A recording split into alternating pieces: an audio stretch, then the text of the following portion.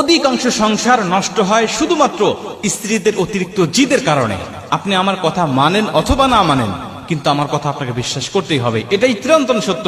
স্ত্রীদের অতিরিক্ত জিদের কারণে আজকে হাজার হাজার সংসারগুলো ভেঙে যাচ্ছে, প্রতিদিন শত শত তালাক হচ্ছে শুধুমাত্র অতিরিক্ত জিদ আর অতিরিক্ত বিলাসিতার কারণে।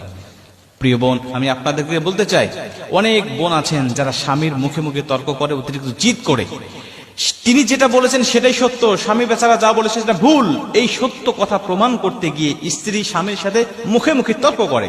মনে রাখবেন, যে স্ত্রী স্বামীর মুখে মুখে তর্ক করে, ও যদি বিশ্ব সুন্দরী হয়, ও যদি উচ্চ শিক্ষিত হয়, তারপরেও স্বামীর অন্তরে তার জন্য কোনো জায়গা থাকে না। কিন্তু যদি কোনো মেয়ে, সে দেখতে ভালো নয়, চেহারা সুরত খুব বেশি একটা ভালো নয়, অতিরিক্ত শিক্ষিতও নয়, কিন্তু তার প্রতি স্বামী ভক্তি আছে। আল্লাহ যে বলেছেন, আর রিজালু কাওয়ামুনা আলান নিসা, আমি প্রতিটা স্ত্রীকে স্বামীর আনুগত্য করে দিয়েছি, স্বামীর আজ্ঞাবহ করে দিয়েছি, স্বামী যা বলবে স্ত্রীরা সেটাই শুনবে। এটা যদি কোনো স্ত্রী করে, দেখবেন ও যদি দেখতে ভালো নাও হয়, তারপরেও স্বামীর অন্তরে ওই স্ত্রীর প্রতি জায়গা থাকে, মহাব্বত থাকে, ভালোবাসা থাকে, তার প্রতি আলাদা একটা অনুভব আল্লাহ তার অন্তরে তৈরি করে দেয়। প্রিয় বোন, অনেক বোন আছেন যারা স্বামীকে অতিরিক্ত বিলাসিতা দেখাতে যায়। স্বামী ইনকাম করে হালাল ভাবে অল্প, কিন্তু তার এই অল্প ইনকাম হালাল ভাবে তার হয় না। সে বিভিন্ন অন্যান্য কলিগের সাথে সে তুলনা দেয়, তোমার অন্য কলিগ আছে, সে কত টাকা ইনকাম করে, তার স্ত্রী কত কাপড় চোপড়, কত গহনাগাটি, কত রকম বিলাসী জীবন যাপন করছে, আর আমাকে তুমি কি দিয়েছো? তুমি কি তার মতো ইনকাম করতে পারো না? সে ডান থেকে বাম থেকে, টেবিলের নিচে, টেবিলের উপরে, কত ভাবে সে ইনকাম করছে, আর তুমি কি হালাল ভাবে পড়ে আছো? এভাবে কি দুনিয়া চলে? দুনিয়ার জীবনটাকে এনজয় করতে হবে। বিভিন্ন কথা বলে বলে স্বামীকে হারাম ইনকামের প্রতি উদ্বুদ্ধ করে।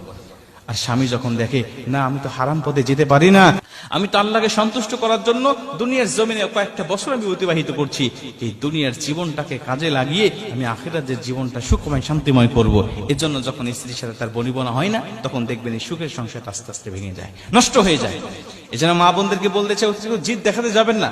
আবার অনেক মা বোনরা আছেন যারা মার কথা, বোনের কথা, পাড়া প্রতিবেশীর কথা, বন্ধু বান্ধবীদের প্রলোভনে পড়ে তাদের কথা শুনে স্বামীর সাথে জিদ করে, স্বামীর সাথে মুখে মুখে তর্ক করে, এবং স্বামীর সাথে অতিরিক্ত বিলাসিতা দেখাতে যায়। মনে রাখবেন, আবার অনেক স্ত্রী আছেন যারা স্বামীর সাথে ঝগড়া হওয়ার পরে, স্বামীর সাথে কথা কাটি হওয়ার পরে এই কথাটা বন্ধু বান্ধবীর কাছে বলে বেড়ায়, আত্মীয় স্বজনের কাছে বলে বেড়ায়। প্রিয় বোন, এই স্বামী স্ত্রীর মধ্যে ঝগড়া হবে, এটা দুদিন পরে আপনার মিলে যাবে, আবার এটা ভুলে যাবেন। কিন্তু যাদেরকে আপনি বলতেছেন, যাদের মাঝে আপনি প্রচার করছেন, তারা কিন্তু জীবনও ভুলবে না।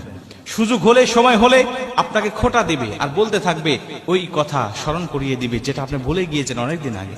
প্রিয় বোন, আমি আপনাদেরকে বলতে চাই, যদি সুখময় শান্তিময় একটি জীবন চান, একটা সংসার চান, তাহলে এই সমস্ত বিষয়গুলো মেনে চলেন। একটা সুখের সংসার ভেঙে চূর্ণ বিচ্ছিন্ন করে দেওয়ার জন্য তৃতীয় ব্যক্তি যথেষ্ট।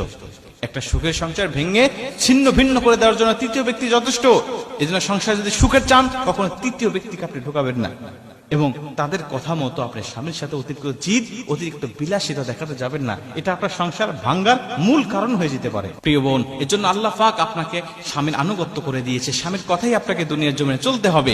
আল্লাহর নবী এজন্য বলেছেন, আল্লাহর পরে কাউকে যদি সেজদা দেওয়া জায়েজ হতো, আমি প্রতিটা নারীকে বলে দিতাম যেন তার স্বামীকে সেজদা করে।